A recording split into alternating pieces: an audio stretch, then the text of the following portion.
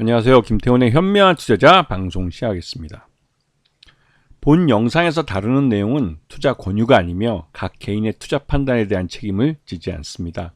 별도 SNS 채널 가입을 유도하거나 투자 권유 및 유료 리딩 서비스를 홍보하는 불법 사칭 계정에 유의하시기 바랍니다. 오늘은 원익 P&E에 대해서 좀 말씀을 드리겠습니다. 원익그룹 계열사이기도 하고 그 핵심적인 계열사이기도 하죠. 그러면서 이 회사는 전기차 배터리와 관련된 사업들을 다양하게 벌이고 있는 회사입니다.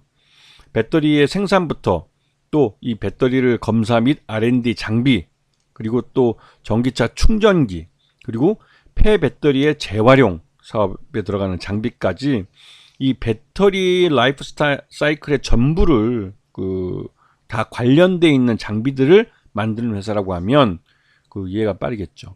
원익그룹이 이 전기차 배터리 쪽 사업에 전반적으로 M&A를 통해서 진출을 했기 때문에 이러한 회사들 두루 갖추고 있는 것이죠. 그리고 지금까지는 핵심이 이런 2차 전지 제조 공정에 들어가는 공정 장비들이었습니다. 그래서 이 LG 엔솔이나 SK온, 이 원익 P&E의 주 고객사는 SK온입니다. SK온에서 이제 발주를 받아서 거기에 맞는 전기차 배터리를 만드는 제조 장비, 공정 장비를 만들어서 납품을 해서 커스터마이징 하는 게 주 업무였는데, 요즘 아시다시피 SK온이 그렇게 좀 쉬운 상태가 아닙니다. 굉장히 좀 어려운 상태이기 때문에 발주가 대부분 다 지연이 됐고, 그러니까 이연이 된 거죠. 이연이 되고, 그래서 여기에 공정 장비를 납품하고 있는 원익 P&E도 실적이 그렇게 좋지는 않죠.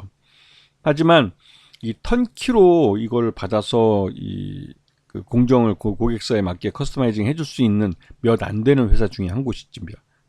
그리고 지금 보시게 되면 2차전지 장비 회사 중에 특히 조립 공정에서는 엠플러스와 원익 P&E가 국내에서 턴키로 받아서 할 수 있는 회사라고 해도 과언이 아니죠. 그래서 엠플러스가 실적이 좋아지고 시장이 좋다고 말하면 원익 P&E도 똑같은 시장이기 때문에 시장이 좋다고 밖에 볼 수가 없는 겁니다. 그래서 어느 한쪽이 가게 되면 다른 한쪽도 따라가게 되는 구조를 갖고 있습니다. 이 부분은 장기적으로 시장에서 이 종목들을 보실 때, 시장을 보실 때 서로 같은 시장에서 경쟁하는 이런 종목들은 어느 한 종목이 치고 나가면 그 종목의 특별한 어떤 경영적 이슈가 아니라면 시장 전체에 붐업이 일어나면서 시장의 경기가 좀 호황 쪽으로 가면서 이 실적이 밀어 올려지는 거라면 다른 경쟁사도 함께 실적이 좋아질 수밖에 없는 것이죠. 거기다가 원익 P&E는 이 활성화 공정이라고 그래서 이런 검사 장비나 또 이런 이 마지막 전기차 배터리 내에 들어있는 가스를 배출시킨 거나 하여튼 이런 사업을 하고 있습니다. 그래서 활성화 공정에서도 이런 공정 장비를 만들어서 납품을 하고 있죠. 그래서 이번 상반기까지 실적을 보면 전체 매출액의 대부분이 역시나 2차전지 장비 쪽에서 나오고 있습니다. 이쪽이 전체 매출액의 82%를 차지하고 있고, 그거 외에 이제 전원 공급 장치나 충전 인프라는 그거보다는 한 자릿수 매출이지만 이쪽을 꾸준히 키워가고, 특히 충전 인프라는 최근 들어서 이 송도에 벤츠 전기차가 화재가 일어나면서 아파트에 큰 손실을 입혔는데요. 그러면서 이 전기차 충전기에 대한, 그리고 또 전기차 배터리에 대한 안전 규정을 굉장히 강화하고 있습니다. 그런 부분에서 수혜를 입을 가능성이 큰 거죠. 거기다가 원익 P&E는 폐배터리 재활용 쪽 사업도 하고 있기 때문에 이 폐배터리 재활용이 법제화되면 그에 대한 수혜를 받게 되는 것입니다. 그리고 지금 상반기까지 실적을 보면 누적해서 전년보다는 매출량이 많이 늘었지만 여전히 영업 손실이 발생하고 있고 단기 순손실도 대규모로 발생해 놓은 상태입니다. 그렇기 때문에 아직까지는 이러한 매출 효과가 급증하고 했던 것에 대해서 뭔가 좀 회사 내부적으로도 좀 과도한 투자가 이루어지고 했던 부분이 있기 때문에 그러한 부분들이 정리가 좀 돼야 될 필요가 있습니다. 왜냐하면 워낙 M&A를 통해서 성장을 해왔던 기업이기 때문에 그런 부분에서 들어가는 비용들이 굉장히 많았던 시기이기도 합니다. 그런데 앞으로 이러한 비용을 줄여갈 수 있으면 향후 실적 개선 가능성이 높아 보이는 거죠. 자, 이 그 원익 P&E의 최대주는 원익홀딩스 지주회사입니다. 그 원익홀딩스 위에 또 원익이라는 그 회사가 지주 위에 지주, 그래서 옥상옥 형태로 있는데, 그 원익이 최근 들어서 이제 최대주였던 오너 일가들이 주식을 다 매각을, 원익홀딩스 쪽에 매각을 했습니다. 그러면서 이제 이제 오너 일가의 지배구조 개편에 대한 부분이 어느 정도 해소가 된 부분이 있죠. 이런 부분 때문에도 이 원익 P&E도 그렇고 원익 그룹 내에 있는 이런 지배구조에 대한 그 불확실성, 이런 부분들은 상당히 이제 제거된 상태입니다. 그래서 원익 그룹 전체를 좀 잘 보셔야 되는 그런 필요가 있는 때가 된 거죠. 자, 보시면 원익이 이렇게 있고 그 밑에 원익 홀딩스가 또 있습니다. 그리고 원익 홀딩스 밑에 원익 P&E가 있고 그 원익 P&E 밑에 다양한 이런 사업들을 하는 회사들이 있는 것이죠. 그래서 최근 들어서 이 벤츠 전기차의 화재 사건으로 인해서 이 전기차 배터리에 대한 안전 관리가 굉장히 강화될 가능성이 큽니다. 그리고 최근 들어서 이제 이 전기차 배터리의 제조사들을 그러니까 전기차 업체들이 공개를 하는 그런 추세로 가고 있죠. 그래서 이거는 전기차 화재에 대해서 그러니까 소비자들이 너무 불안해하고 있기 때문에, 그러다 보니 당연히 전기차 캐즘을 넘어서는 이 전기차 시장의 불황이, 그 심리적 불황이 와버린 겁니다.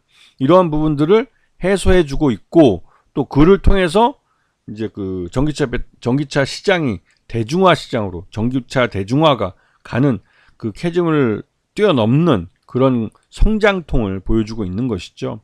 근데 보시게 되면 3단계 과충전 방지 기술이라고 그래가지고 이 충전 제어기 전류 제어하거나, 그다음에 BMS의 실시간으로 모니터링을 통해서 충전을 중단하거나, 이런 BMS 관련된 겁니다.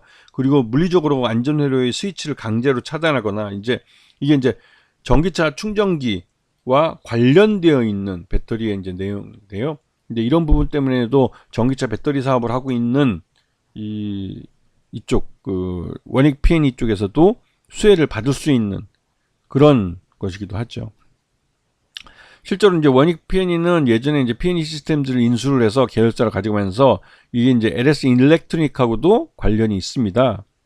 그래서 이 P&E 시스템을 인수한 것은 원익 P&E가 말 그대로 이제 LS 일렉트릭과 사업 협력을 하는 그 과정이라고 볼 수가 있죠. 여기에 이제 전기차 충전기 사업을 협력 관계를 맺고 있는 것이고, 그리고 이제 성일 하이텍과는 이 폐배터리 사업을 협력 관계를 맺고 있습니다. 이런 부분이 이제 이 원익 P&E가 중심이 돼서 이런 앞에 말씀드린 전기차 충전기 사업과 그러니까 폐배터리 사업도 함께 하고 있는 것이죠. 자, 보시게 되면 원익 P&E가 지난 2년 동안 주가가 계속 흘러내리는 걸 볼 수가 있습니다. 이게 이제 M&A를 통해서 계속 등치를 키우고 계속 투자가 이루어지다 보니 손익을 말 그대로 이제 흑자로 전환시키기에는 계속 어려웠던 측면이 있죠. 그러다 보니 계속 주가는 흘러내려왔고, 지난번 8월 5일 날 2,890원이 최저점을 찍었습니다. 그리고 요번에 이제 2차전지 안전관리 규정이 강화되면서 원익 P&E가 수혜를 볼 수 있는 그런 단계에 접어든 것이죠. 그래서 이런 부분 때문에 원익 P&E가 이제는 실적을 낼 수 있을 거다라는 기대감에 반등이 나오기 시작하는 겁니다.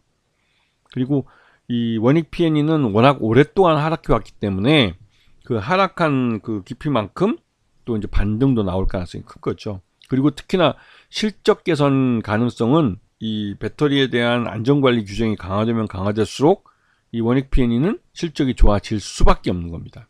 근데 이런 부분들을 관심권에 두고 이제는 2차전지 쪽 관련주들도 관심을 갖고 지켜보셔야 되는 겁니다. 아시겠죠? 자, 오늘 방송 여기서 마치겠습니다. 감사합니다.